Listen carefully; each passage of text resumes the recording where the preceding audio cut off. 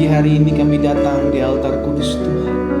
Kami mengucap syukur karena kebaikan Tuhan memenuhi hidup kami. Kami tahu hari ini adalah hari di mana kami akan mengalami perjumpaan dengan Yesus. Pagi hari ini adalah menjadi pagi berkat, pagi hari ini menjadi pagi mujizat, pagi hari ini menjadi pagi di mana kami mengalami perjumpaan dengan Tuhan. Dan ini yang kami percaya ketika kami berhadap-hadapan dengan Tuhan. Tatkala kami memuji, menyembah Tuhan, Roh Kudus hadir memenuhi hati hidup kami.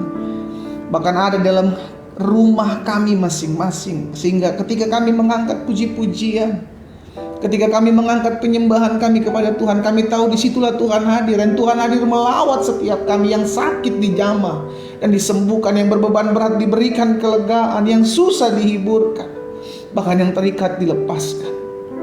Sehingga pagi hari ini sungguh kami bangga, kami berbahagia karena kami diam di altar kudus Tuhan. Kami rindu mendengarkan sebagian daripada firman-Mu ya Bapa. Sampaikan sesuatu bagi kami ya Roh Kudus. Urapi kami dengan roh hikmat dan wahyu, sehingga kami mengerti akan kebenaran. Dan biarlah kebenaran itu yang memerdekakan hidup kami. Di dalam nama Yesus kami berdoa dan kami bersyukur. Haleluya. Amin. Amin. Haleluya.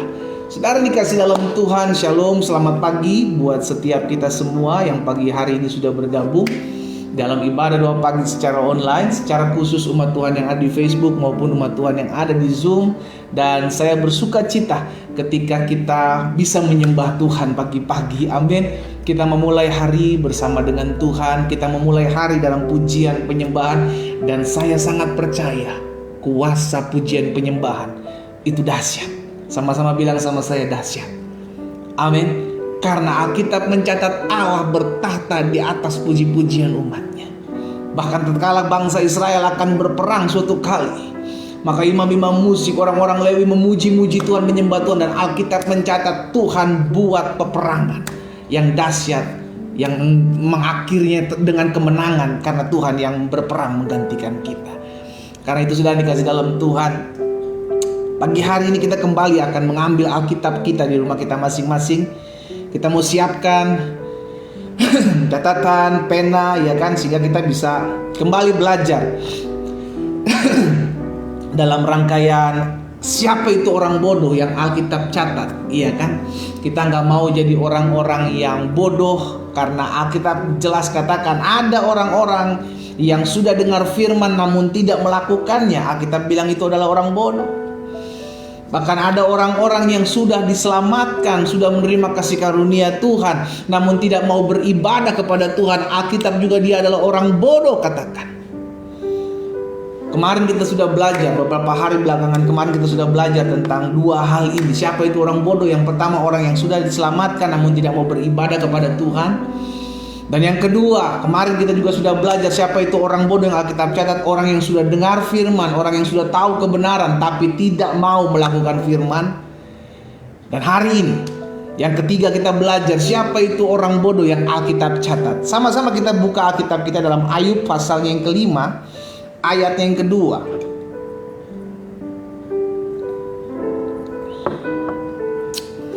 Ayub pasal yang kelima, ayatnya yang kedua. Apa yang dikatakan di sana, saudara? Sesungguhnya orang bodoh dibunuh oleh sakit hati. Orang bodoh dibunuh oleh apa? Sakit hati. Dan orang bebal dimatikan oleh iri hati. Jadi jelas, saudara dikasih dalam Tuhan, Alkitab catat siapa itu orang bodoh.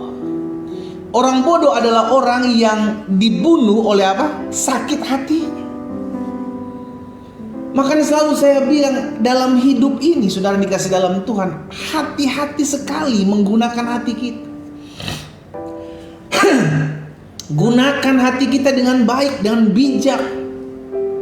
Jangan segala sesuatu yang terjadi di luar kita itu kita masukkan dalam hati kita, kita simpan dalam hati kita. Kita gak mau hati kita jadi tempat sampah. Kita nggak mau hati kita dipenuhi dengan iri, benci, dendam. Karena Alkitab catat orang yang iri hati, orang yang sakit hati adalah orang yang bodoh. Dan orang itu akan dibunuh dengan sakit hatinya. Kenapa Alkitab katakan orang bodoh dibunuh oleh sakit hatinya? Karena orang bodoh ini, saudara, berpikir bahwa dengan sakit hatinya dia bisa membunuh orang lain. Bodoh. Kenapa? Karena justru yang dibunuh adalah dirinya sendiri. Makanya selalu saya bilang, orang yang sakit hati, orang yang iri hati, orang yang dendam, orang yang nyimpen kepahitan, dia hanya akan membunuh dirinya sendiri secara perlahan. Dia beranggapan dia minum racun bahwa orang lain yang mati. Itu kan bodoh. Kalau orang itu minum racun, ya orang itu yang akan mati. Tapi dia beranggapan saya minum racun maka orang itu akan mati.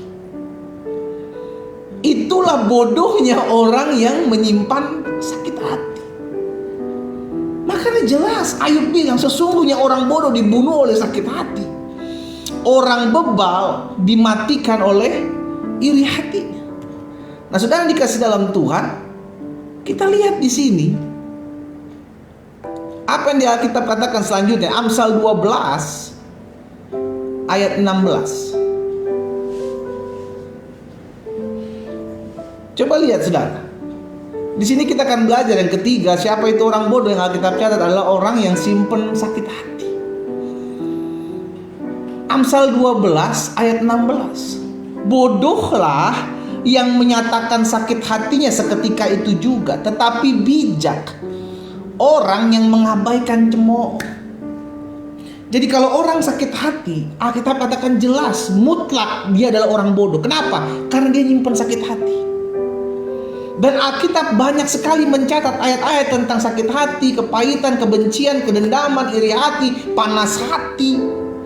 Dan semua orang itu yang gak bisa jaga hatinya, sudah dikasih dalam Tuhan, adalah orang-orang yang ujung-ujungnya akan melakukan kejahatan. Saudara lihat siapa Saul. Alkitab catat sakit hati, iri hati. Tatkala ada perempuan-perempuan menyanyikan, Saul mengalahkan beribu-ribu tetapi Daud mengalahkan berlaksa-laksa. Dia langsung mulai punya pikiran, jangan-jangan nanti kedudukan gue diambil Daud. Karena hatinya yang sakit. Nah, hari-hari ini banyak orang yang sakit hatinya, saudara. Dikecewakan sama suaminya, dikecewakan sama istrinya, dikecewakan sama pemimpin rohaninya, dikecewakan sama pemimpin perusahaannya, dikecewakan dengan teman-teman dekatnya, disakiti hatinya, dibuatnya jadi kepahitan. Tapi ini yang saya mau bilang, orang bisa saja mengalami pengecewaan, orang bisa saja mengalami kekecewaan, orang bisa saja mengalami pengkhianatan. Tapi izinkan saya mengingatkan ini, jangan bodoh, jangan simpan hal-hal yang busuk dalam hatimu. Lalu saya mesti buat apa, pendeta? Izinkan saya mengingatkan setiap kita.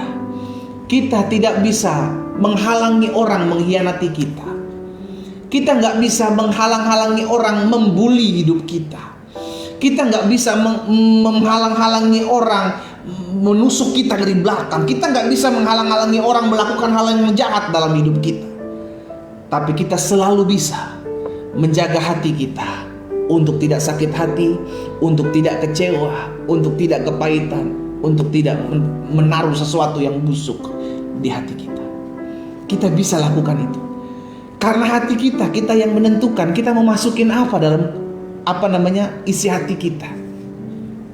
Iya kan? Kita yang memutuskan. Kalau saya mau memutuskan untuk setiap orang yang menyakiti hati saya simpan dan saya tahu dalam hati saya, maka engkau bisa lakukan itu. Dan itu akan membuat engkau kecewa, luka, dendam, kepahitan, yang ujung-ujungnya engkau akan jadi orang yang jahat. Tapi kalau kita melihat setiap keadaan itu dan kita bilang, oh ya Tuhan, apapun yang terjadi di luar sana, saya tidak mau menyimpan sesuatu yang jahat di hati saya tidak mau menyimpan kebencian di hati saya, maka engkau bisa menolak hal itu dan membiarkan itu terjadi di luar hidupmu. Mungkin itu menimpa hidupmu, saudara. Mungkin itu menimpa hidupmu hari-hari ini. Tapi jangan sampai apa yang menimpa hidupmu, dikecewakan, disakiti, dihianati, difitnah, itu engkau simpan dalam hatimu sehingga hatinya jadi busuk. Dan itu yang Alkitab katakan, orang yang bodoh adalah orang yang menyimpan kebencian, kedendaman, iri hati, sakit hati dalam hatinya. Yang tadinya mau adanya pembelaan Tuhan, tadinya mau ditolong Tuhan, tadinya mau ada penyelamatan yang datangnya daripada Tuhan, tapi karena kita keburu simpan hati yang salah, sikap hati yang tidak benar, maka kita keburu jadi orang-orang yang jahat. Kita gak mau Tuhan lihat hati kita dan Tuhan dapati hati kita kotor.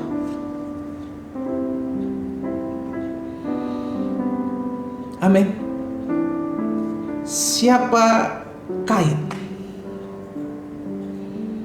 Kain, Alkitab catat, pernah mengalami hati yang panas tatkala persembahannya tidak diindahkan oleh Tuhan.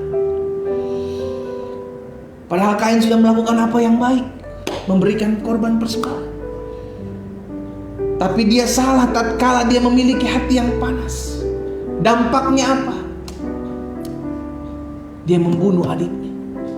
Ini yang selalu saya bilang, hati yang panas, hati yang dipenuhi dengan amarah, hati yang dipenuhi dengan kebencian, kedendaman, kepahitan, akan selalu melahirkan hal-hal yang jahat, akan selalu melahirkan hal-hal yang merusak, yang ujung-ujungnya merugikan diri kita sendiri. Hati-hati, hati-hati, saudara. Mazmur pasal yang ke-6 ayat 8 dan ratapan 5 ayat 17. Nanti saudara bisa catat dulu, nanti saudara bisa baca di rumah. Ini berbicara tentang bagaimana orang yang memiliki sakit hati akhirnya mengalami kelemahan tubuh. Mengalami apa? Kelemahan tubuh. Baik di dalam Mazmur 6 ayat 8 maupun ratapan 5 ayat 17. Mataku mengidap karena sakit hati, rabun karena semua lawanku. Karena inilah hati kami sakit, karena inilah mata kami jadi rabun. Ya kan, jadi orang kalau hatinya nggak benar, saudara, orang kalau hatinya jahat, orang kalau hatinya kotor, dampaknya ke fisik. Makanya benerlah apa yang dikatakan Amsal kan, hati yang gembira adalah apa? Obat yang manjur. Jadi engkau yang hari-hari ini, saudara dengar baik, engkau yang hari-hari ini mungkin sedang terpapar COVID, jangan stres, jangan panik. Dengar baik, miliki hati yang gembira. Bagaimana kau miliki hati yang gembira? Belajar mengucap syukur. Karena ketika engkau memiliki hati yang susah, hati yang pedih, hati yang kecewa, hati yang luka, maka imun akan turun, saudara. Imun akan turun. Dan imun akan turun, gampang sekali sakit penyakit masuk. Gampang sekali. Jadi udah yang paling benar tuh, hati yang gembira adalah obat yang manjur. Itu udah yang paling benar, saudara. Jadi mulai hari ini, izinkan saya mengingatkan setiap kita pada hari ini, secara khusus di poin yang ketiga, siapa itu orang yang bodoh yang Alkitab catat? Orang yang membiarkan dirinya dipimpin atau diatur oleh sakit hatinya. Selalu saya bilang, kita mungkin bisa dikecewakan, kita mungkin bisa dihianati, kita mungkin bisa diselingkuhi oleh pasangan kita, kita mungkin bisa difitnah, kita mungkin bisa kepada kita dituduh hal-hal yang tidak benar. Tapi izinkan saya mengingatkan hal ini, tapi kita bisa menjaga hati kita untuk tidak mengambil sebuah keputusan menyimpan hati yang pahit, menyimpan hati yang benci, menyimpan hati yang kotor, menyimpan hati yang dipenuhi dengan kedendaman. Itu keputusan. Sama-sama kita buat langkah profetik ini. Sama-sama taruh tangan kanan kita di dada. Sama-sama bilang sama saya nggak mau menyimpan hati yang kotor. Sama-sama bilang sama saya nggak mau menyimpan sakit hati. Sama-sama bilang sama saya nggak mau menyimpan kebencian. Sama-sama bilang sama saya nggak mau menyimpan hati yang luka. Amin, saudara. Karena kalau itu yang sudah kita buat, kalau itu adalah langkah yang kita ambil, maka saya mau pastikan apapun bisa terjadi mengecewakan hidupmu di luar sana, Tapi itu tidak akan pernah mempengaruhi hidupmu. Kenapa? Karena hidupmu engkau yang memutuskan. Apakah saya tetap mau menyimpan kebencian terhadap si A, si B, si C yang pernah mengecewakan saya? Atau saya tetap bersyukur karena saya percaya manusia boleh merekarkakan yang jahat, tapi Allah merekarkakan semuanya untuk kebaikan hidup saya. Semua ada di kita yang memutuskan. Selama hidup kita ada dalam tangan Tuhan, maka Tuhan yang pimpin. Selama hidup kita ada dalam tangan Tuhan, maka Tuhan yang atur. Kalau Tuhan yang pimpin, Tuhan yang atur, bahkan Tuhan yang menetapkan. Orang bisa merekarkakan yang jahat. Siapa? Yusuf. Karena saudara-saudaranya iri sama Yusuf, sakit hati sama Yusuf, jealous sama Yusuf, maka Yusuf dibuang ke sumur, diangkat, lalu dijual sebagai seorang budak. Tapi apa yang terjadi? Apakah rencana Tuhan gagal? No. Justru Tuhan memakai setiap siasat-siasat orang jahat. Tuhan memakai setiap rancangan-rancangan orang yang sakit hati untuk mengangkat hidup anak-anak Tuhan, membawa kemuliaan bagi hidup anak-anak Tuhan. Tugas kita satu, jangan simpan dendam, jangan simpan benci, jangan simpan pahit. Karena ketika itu menumpuk dalam hati kita, karena ketika itu menumpuk dalam hidup kita, maka itu akan menjadi bom waktu buat iman kita. Pelan tapi pasti lama-kelamaan kau akan hancur dan meledak dan hancur lebur. Engkau akan memiliki kekecewaan, engkau akan memiliki kepahitan, sakit hati yang itu akan menyusahkan hidup kita.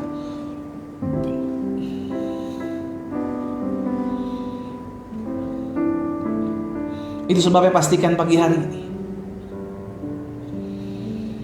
kita tidak lagi mau menyimpan hati yang kotor. Yesus pernah bilang bahwa dari dalam, dari hati terpancar keluar, itulah yang menajiskan manusia. Bukan apa yang masuk, tapi apa yang keluar. Itu berasal dari hati. Kepahitan, kebencian, luka batin, sakit hati, hati yang panas, itu semua dari hati. Benarlah apa yang dikatakan Alkitab, jagalah hatimu dengan segala kewaspadaan, karena dari sanalah terpancar kehidupan. Kita gak mau memiliki hati yang pahit, hati yang panas, hati yang dengki, hati yang iri. Karena kita mengerti hidup kita ada dalam tangan Tuhan, saudara. Kalau hidup kita ada dalam tangan Tuhan, maka semua aman. Kalau hidup kita ada dalam tangan Tuhan, maka semua baik. Kalau hidup kita ada dalam tangan Tuhan, maka segala perkara dapat kita tanggung dalam Yesus yang memberikan kekuatan, kemenangan buat setiap kita. Karena itu pagi ini pastikan kita jadi orang-orang yang memiliki hati yang berkenan di hati Tuhan. Selalu saya bilang, dan ini yang akan ulang-ulang saya sampaikan,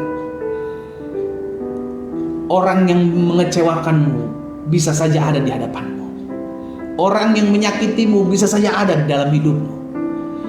Orang yang merancangkan yang jahat, merugikan rumah tanggamu, merugikan keluargamu, merugikan usahamu, bisa saja Tuhan tempatkan dalam hidupmu. Tapi jangan sampai engkau memutuskan untuk menyimpan dendam dan sakit hati terhadap mereka. Karena saudaraku, izinkan saya menyampaikan ini. Tuhan terkadang pakai orang-orang yang menyakiti hati kita untuk membentuk karakter kita. Saya ulangi sekali lagi. Terkadang Tuhan memakai orang-orang yang menyakiti hati kita, mengecewakan, memfitnah kita untuk membentuk karakter kita. Tapi kalau Tuhan sudah memakai mereka dan karakter saudara dan saya sudah terbentuk, maka kita akan menjadi orang-orang yang melihat kemuliaan Tuhan. Lihat Daud, lihat Yusuf hidupnya. Yusuf tidak membalas akan apa yang dilakukan oleh saudara-saudaranya. Dia tidak menyimpan dendam, dia tidak menyimpan sakit hati, dia tidak menyimpan benci. Itu sebabnya Yusuf bilang, manusia boleh merekarkakan yang jahat, kalian boleh merekarkakan yang jahat dalam hidupku. Tapi Tuhan pakai semuanya itu untuk mendatangkan kebaikan dalam hidupku. Hal yang sama yang dilakukan Daud. Daud diberikan kesempatan untuk membunuh Saul pada saat Saul mengejar-ngejar untuk membunuhnya. Tapi Daud tidak mengambil kesempatan itu karena Daud tahu, bagianku bukanlah membalas yang jahat dengan jahat. Karena aku punya Tuhan yang adil. Dia adalah hakim yang adil. Dia yang akan memutuskan siapa yang benar di hadapanku. Iya kan? Jadi jelas. Lihat akhir hidup mereka semua. Baik Yusuf, Daud, bahkan Mordekai, saudara tahu. Ketika Haman sakit hati, panas hati ketika semua orang menyembah tunduk kepada dia, tapi Mordekai tidak mau tunduk. Maka Haman sakit hati sama Mordekai dan seluruh bangsa Israel pada saat itu, orang-orang Yahudi pada saat itu, dan berikhtiar untuk membunuh Mordekai dan seluruh orang-orang Yahudi pada saat itu. Tapi apa yang terjadi? Justru Tuhan memakai keadaan semuanya, Tuhan putar balik. Ini yang saya bilang, saudara. Selama kita ada dalam tangan Tuhan, selama kita ada dalam pemeliharaan dan pegangan tangan Tuhan, gak usah takut kalau orang buat sesuatu dalam hidupmu. Gak usah takut, gak usah balas, gak usah simpan hatimu. Jangan. Kan terkadang Tuhan pakai orang-orang jahat untuk mengangkat hidup anak-anak Tuhan kok. Tuhan pakai Yudas untuk menyerahkan dirinya, dihianatinya. Iya kan? Saul dipakai Tuhan untuk mengangkat hidup Daud. Kakak-kakaknya Yusuf dipakai Tuhan untuk mengangkat hidup Yusuf. Haman orang jahat dipakai Tuhan untuk mengangkat hidup Mordekai dan orang-orang Yahudi. Ini yang saya mau bilang. Terkadang Tuhan ada orang-orang jahat yang Tuhan izinkan ada di lingkungan hidup kita, buat mempromosikan hidup anak-anak Tuhan. Karena itu bersyukurlah buat keberadaan mereka. Mungkin saudara bilang, bagaimana saya bisa bersyukur dengan keberadaan orang-orang yang memfitnah saya, pendeta? Bagaimana saya bisa bersyukur buat keadaan orang-orang yang membuat hidup saya hancur sampai saat ini? Saya mau bilang, mungkin sekarang kau belum merasakannya. Tapi akan ada waktunya engkau akan lihat. Engkau akan lihat. Selama engkau memiliki hati yang tenang, selama engkau tidak membalas yang jahat dengan yang jahat, selama engkau menyerahkan pergumulan masalahmu kepada Tuhan, maka Dia Allah yang akan mengangkat hidupmu dengan cara-caranya yang ajaib. Hari ini kita diingatkan, jangan sampai kita jadi orang bodoh. Yang Alkitab catat adalah orang yang menyimpan sakit hati, kebencian. Kita gak mau jadi orang bodoh, saudara. Kita gak mau jadi orang bodoh. Kenapa dikatakan orang bodoh? Karena orang itu beranggapan ketika dia menyimpan dendam, menyimpan benci di hatinya, dia beranggapan bahwa orang itu mati. No, kita yang mati. Kita yang menyimpan dendam, kita yang menyimpan benci, kita yang menyimpan iri hati, kita yang menyimpan dengki. Kita yang mati. Bukan orang yang kita benci, bukan orang yang olehnya kita sakit hati kepadanya. Bukan. Kita yang akan dirugikan. Mereka enak tidur dengan nyenyak, kita gak bisa tidur mikirin dia. Sakit hati saya, pendeta, sama dia udah dihianati. Sakit hati saya sudah dikecewakan, pendeta. Saya ingatkan sekali lagi, Tuhan bisa pakai 1001 cara, termasuk memakai orang-orang jahat yang ada di sekeliling saudara dan saya. Orang-orang yang berusaha mengecewakanmu, orang-orang yang berusaha memfitnahmu, orang-orang yang berusaha mengkhianatimu, orang-orang yang senang melihat kehancuran hidupmu. Tuhan terkadang pakai dan tempatkan mereka di sekeliling hidup kita untuk membuat kita semakin hari semakin kuat dan semakin sabar. Jangan komplain, jangan mengeluh dengan keberadaan mereka.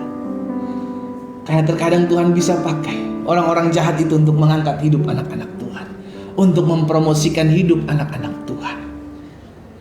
Tugas kita jaga hati. Sama-sama bilang sama saya harus jaga hati. Sama-sama bilang sama saya harus jaga hati. Kenapa kita perlu jaga hati? Yang pertama, karena hati yang gembira adalah obat yang manjur. Ada banyak orang mengalami kelemahan tubuh karena stres. Ada banyak orang mengalami kelemahan tubuh karena simpan sakit hati, simpan kecewa, simpan kepahitan. Ada banyak orang mengalami kelemahan tubuh karena simpan luka dalam hatinya. Tapi kita kembali kepada firman, karena hati yang gembira adalah obat yang manjur. Kita nggak mau simpan dendam. Kita nggak mau simpan sakit hati dalam hati dan hidup kita. Karena yang pertama, hati yang gembira adalah obat yang manjur. Amin. Yang kedua, saya nggak mau simpan dendam. Saya nggak mau simpan sakit hati dalam hati saya. Kenapa? Karena saya nggak mau disebut sama seperti Alkitab katakan, orang bodoh yang ujung-ujungnya dibunuh oleh sakit hatinya. Hati-hati dengan sakit hatimu. Karena sakit hatimu bisa membunuh hidupmu. Sakit hatimu, kekecewaanmu, luka hatimu dalam hatimu bisa membunuh hidupmu. Hati-hati.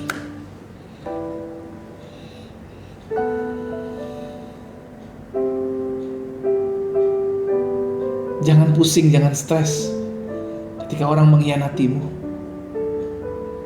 Ini adalah sekolah kehidupan yang di dalamnya engkau akan banyak belajar bahwa engkau masih tinggal di dunia.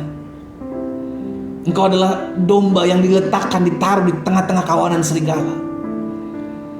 Karena itu hendaklah engkau cerdik, hendaklah engkau tulus, hendaklah engkau melekat kepada Gembala Agung. Sehingga akhirnya hidup kita selalu memuliakan nama Tuhan.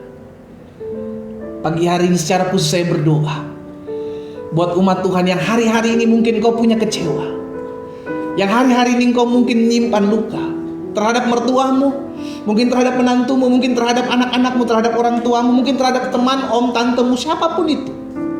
Secara khusus saya mau berdoa buat saudara yang masih engkau sadar, engkau tahu engkau menyimpan luka, engkau sadar, engkau tahu engkau menyimpan dendam, sakit hati. Taruh tangan kananmu di dada. Saya mau berdoa buat saudara. Bapa, dalam nama Yesus, pagi hari ini kami mendengarkan firman. Kami sadar betul orang bodoh adalah orang yang menyimpan hati, panas hati, orang yang menyimpan sakit hati. Karena orang yang menyimpan sakit hati akan dibunuh oleh sakit hatinya sendiri. Orang yang menyimpan kepahitan, orang yang menyimpan dendam, orang yang menyimpan kecewa akan dibunuh oleh dendam, kecewa, sakit hatinya dirinya sendiri. Yang ujung-ujungnya akan menyusahkan hidup kami, yang ujung-ujungnya akan membuat hidup kami hancur. Dan hari ini kami sudah tahu akan kebenaran. Itu sebabnya kami berdoa, ya Bapa, di dalam nama Yesus, biarlah setiap kami belajar memahami, mengerti bahwa apapun bisa terjadi di luar kami, apapun bisa terjadi di hadapan kami, tapi keputusan kamilah untuk menyimpan segala apa yang baik di hati kami. Pagi hari ini hamba berdoa secara khusus buat umat Tuhan yang hari-hari ini mungkin masih menyimpan kecewa, luka, dendam, sakit hati, baik terhadap suaminya, baik terhadap istrinya, atau terhadap orang-orang yang dia kenal. Jika itu yang menjadi doamu, saudara, taruh tangan kananmu di dada. Engkau yang mau hidupmu dipulihkan, engkau yang mau hidupmu mengalami terobosan, engkau yang mau melihat hidupmu diangkat oleh Tuhan. Lepaskan dirimu dari kepahitan, lepaskan dirimu dari kekecewaan, lepaskan dirimu dari luka batin. Karena itu hanya membuat engkau hancur, itu hanya membuat engkau luka, itu hanya akan membuat engkau kecewa. Taruh tangan kananmu di dada. Bapa, mereka menaruh tangan kanan mereka di dada, tanda mereka mau untuk dipulihkan Tuhan. Mereka yang membuka hati mereka, mereka yang menyerahkan hidup mereka kepada Tuhan. Hamba berdoa bagimu di dalam nama Yesus, sehingga akhirnya umat yang oleh anugerah Tuhan yang pagi hari ini bergabung dalam ibadah doa pagi, secara khusus mereka yang masih menyimpan dendam, mereka yang masih menyimpan kepahitan, mereka yang ada luka, Tuhan, semua terbuka di hadapan-Mu. Itu sebabnya hamba berdoa, jika ada di antara mereka yang memberikan hati mereka kepada Tuhan, untuk Tuhan koreksi, untuk Tuhan pulihkan, hamba berdoa, jamah dalam nama Yesus. Jamah dalam nama Yesus, jamah dalam nama Yesus, jamah dalam nama Yesus. Sehingga hidup mereka dipulihkan, hidup mereka dijamah Tuhan, hidup mereka dilawat Tuhan. Bapa, hamba menyerahkan masing-masing mereka ke dalam tangan Tuhan yang kuat. Pulihkan setiap hati yang luka, jamah setiap hati yang sakit, kecewa, sehingga pagi hari ini mereka mengalami perjumpaan dengan Tuhan. Mereka disembuhkan dari sakit penyakit mereka yang mungkin karena disebabkan oleh hati yang panas, hati yang pedih, hati yang luka. Hamba berdoa dalam nama Yesus, Kuasa Allah dinyatakan. Kuasa Allah dinyatakan. Kuasa Allah dinyatakan. Sehingga mereka menyadari bahwa manusia boleh mereka-rekakan yang jahat atas hidup mereka, tapi Tuhan pakai segala reka-rekaan orang jahat mendatangkan kebaikan atas hidup kami. Bapa, materaikan firman-Mu dalam hati kami, sehingga hidup kami semakin hari semakin mempermuliakan nama Tuhan. Secara khusus pagi hari ini hamba berdoa buat umat Tuhan yang dimanapun mereka berada pagi hari, mereka yang bergabung dalam ibadah doa pagi. Mereka mengalami kelemahan tubuh, mereka mengalami sakit penyakit. Hamba berdoa dari tempat ini bagi mereka. Hamba menyerahkan masing-masing mereka. Hamba percaya firman sampaikan, sembuhkan mereka terjadi dalam hidup mereka. Di dalam nama Yesus, segala sakit penyakit, segala kelemahan tubuh kami hardik dari tubuh orang percaya dalam nama Yesus. Tubuh kami telah dibeli dengan darah yang mahal. Di atas kayu salib Yesus berkata sudah selesai. Segala sakit penyakit, segala penderitaan, segala kelemahan tubuh sudah diselesaikan Yesus di atas kayu salib. Bagian kami adalah percaya. Bilur-bilur darah Yesus menyembuhkan kami. Yang sakit sudah dijamah dan sembuhkan Tuhan dalam nama Yesus. Hamba berdoa secara khusus buat umat Tuhan yang hari-hari ini sedang terpapar COVID. Oh Tuhan Yesus, belas kasihan-Mu ada atas mereka. Ini yang kami percaya, penyakit ini tidak akan membawa kepada kematian. Penyakit ini hanya akan membawa kepada kemuliaan bagi nama Tuhan. Sehingga melalui penyakit ini nama Tuhan dipuji dan dipermuliakan. Melalui penyakit ini nama Tuhan ditinggikan. Bahkan umat-Mu yang oleh anugerah Tuhan izinkan untuk terpapar COVID-19 ini, Tuhan hamba berdoa mereka memiliki pengalaman indah bersama dengan Tuhan, yang mengalami kuasa Tuhan di dalam nama Yesus. Hamba ucapkan berkat segala roh ketakutan, roh kecemasan, roh kebimbangan di dalam nama Yesus. Roh apapun juga yang menyebabkan mereka khawatir, takut, cemas terhadap COVID yang mereka derita hari-hari ini, aku patahkan dalam nama Yesus. Gantikan dengan damai sejahtera, gantikan dengan sukacita, gantikan dengan kuasa dari surga di dalam nama Tuhan Yesus. Terima kasih ya Bapa. Hamba menyerahkan ke dalam tangan Tuhan setiap rumah tangga dari umat-Mu. Mereka yang terus berdoa buat rumah tangga mereka sampai hari ini. Kami terus membawa rumah tangga mereka ke dalam tangan Tuhan. Kami percaya Tuhan yang sanggup memulihkan rumah tangga yang rusak. Karena di tangan Tuhanlah mereka ada. Di tangan Tuhanlah mereka ada. Karena itu hamba berdoa dalam nama Yesus, suami-suami, istri-istri di dalam nama Yesus, Allah jamah hati mereka. Sehingga jika ada ketawaran hati, jika ada kekecewaan terhadap pasangan mereka, Roh Kudus balut mereka, Roh Kudus jamah mereka. Sehingga akhirnya rumah tangga mereka kembali dipulihkan, rumah tangga mereka kembali rukun di dalam nama Yesus.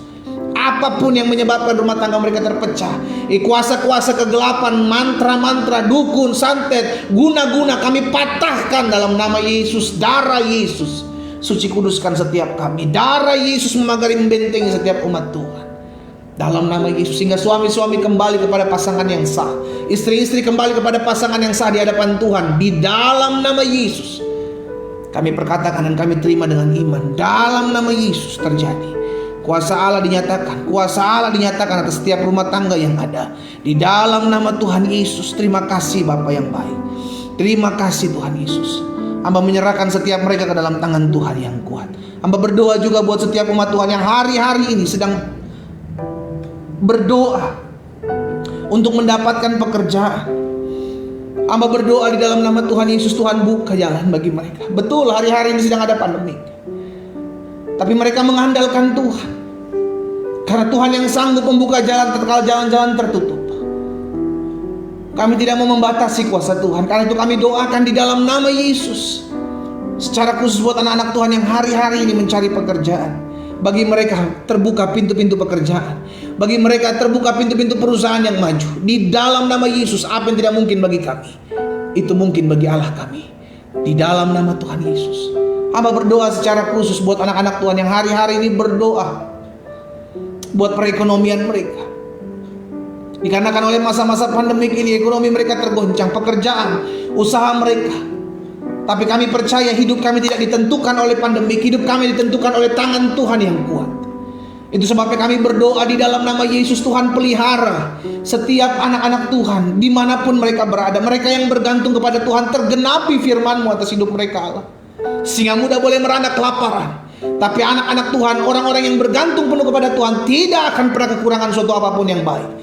Hidup mereka dipelihara Tuhan, hidup mereka dijaga Tuhan, hidup mereka disertai Tuhan. Di dalam nama Tuhan Yesus, hamba berdoa menyerahkan ke dalam tangan Tuhan yang kuat, sehingga setiap usaha, bisnis, pekerjaan, apapun yang mereka kerjakan, bahkan perusahaan di tempat di mana mereka bekerja, kami perkatakan diberkati oleh Tuhan, diberkati oleh Tuhan. Di dalam nama Yesus.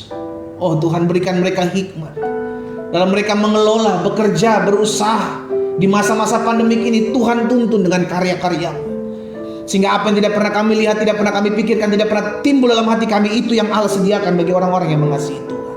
Hamba menyerahkan satu persatu umat Tuhan. Mereka terpelihara dalam anugerah Tuhan. Kalau ada yang terikat utang piutang hari-hari ini dikarenakan oleh satu dan lain hal, hamba berdoa dalam nama Yesus, Tuhan buka jalan, Tuhan tolong mereka, sehingga mereka yang hari-hari terikat utang piutang dilepaskan dalam nama Yesus, dilepaskan dalam nama Yesus, dan semuanya akan terlunasi dengan cara-cara Tuhan yang ajaib di dalam nama Tuhan Yesus. Terima kasih Bapa yang baik. Hamba berdoa juga buat setiap umat Tuhan yang hari-hari ini, orang-orang muda ataupun ada orang-orang tua yang sedang berdoa buat anak-anak cucunya untuk mendapatkan pasangan hidup yang berasal daripada Tuhan. Taruh tangan kananmu di dada. Hamba berdoa secara khusus buat setiap umat Tuhan yang hari-hari ini mencari pasangan hidup yang mereka rindukan berasal daripada-Mu. Bapa, Engkau lihat hati mereka. Hamba berdoa di dalam nama-Mu yang kudus, Tuhan memberkati setiap orang-orang muda yang hari-hari ini berdoa untuk mendapatkan pasangan hidup yang terbaik yang berasal daripada Tuhan. Hamba berdoa juga buat orang tua yang juga berdoa buat anak-anak cucu mereka untuk mendapatkan pasangan hidup yang berasal daripada Tuhan. Bapa, tatkala Engkau menciptakan Adam, Engkau berkata tidak baik kalau manusia hidup seorang diri saja. Maka Engkau mengambil tulang rusuk dari Adam dan membawa Hawa kepada Adam. Dan ini yang kami percaya akan terjadi dalam hidup anak-anak Tuhan. Dipimpinnya mereka untuk dipertemukan mereka dengan pasangan hidup yang berasal daripada Tuhan. Di dalam nama Tuhan Yesus. Bahkan mereka yang hari-hari sedang menjalin hubungan, hamba berdoa jika itu yang berasal daripada Tuhan, maka tetapkan hati mereka dengan damai sejahtera dan sukacita. Dengan cara-cara Tuhan yang ajaib, Tuhan akan mempertahankannya.